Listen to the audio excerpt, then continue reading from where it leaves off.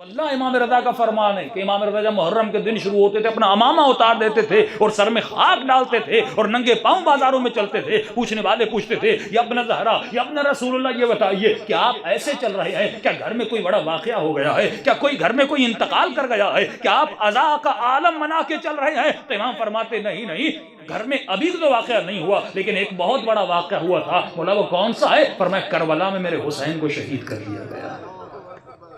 تو پوچھنے والے نے اعتراض کیا, مولا اس واقعے کو اتنے سال گزر گئے لیکن آج آپ ایسے کیوں منا رہے ہیں؟ تو امام رضا جواب دیتے ہیں, فرمایا اگر میں کربلا کو ایسے نہ مناتا اور ہم نہ مناتے تو فرمایا تم ایسے حسین کو بھول جاتے اور واقعے کربلا کو بھول جاتے جیسے تم لوگ غدیر کو بھول گئے. بھائی غدیر کی حدیث جو ہے نا, من کنت مولاہ فہذا علی مولا, یہ حدیث اس کے راوی سب سے زیادہ اہل سنت میں بھی اس حدیث کو کوئی انکار کر ہی نہیں سکتا کیونکہ لاکھوں کا مجمع تھا. راوی اہل سنت میں مستند ترین, آج تک اہل سنت نے یہ نہیں کہا کہ حدیث ضعیف ہے, معنی میں رد و بدل کیا. مولا کی معنی دوست ہے, مولا کی معنی یہ ہے, حدیث کا انکار نہیں کر سکے. لیکن آپ نے آج تک کسی اپنے اہل سنت کے بھائی سے پوچھئے, مسلمان سے پوچھئے, اس حدیث کو آپ کے مولاناز جو ہیں اپنی مجالس میں بیان کیوں نہیں کرتے؟ کسی جمعے کے خطبے میں بیان کر دیں. ایک سنی جوان نے کہا مولانا 20 سال گزر گئے لیکن ہم نے کسی جمعے کے خطبے من کن تو مولا کر حدیث ہم نے نہیں سنی, یہ روایت نہیں سنی.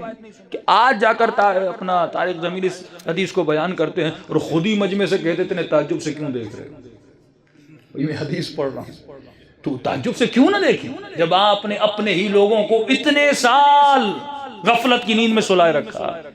آج کا جوان جب کتاب کھولتا ہے اور سوال کرنے جاتا ہے, پہلا الزام کیا لگتا ہے؟ تم شیعہ ہو گئے ہو.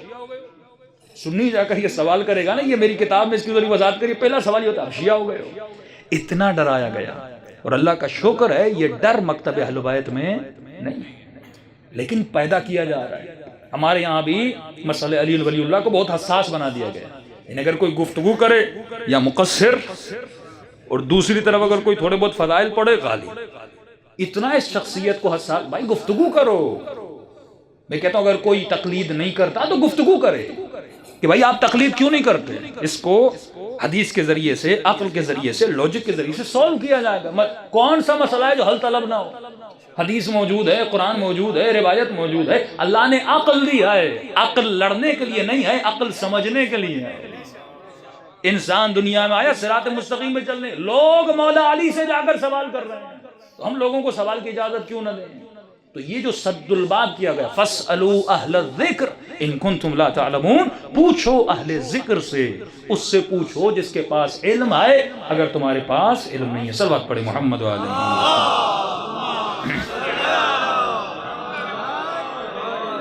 محمد وعجل فرج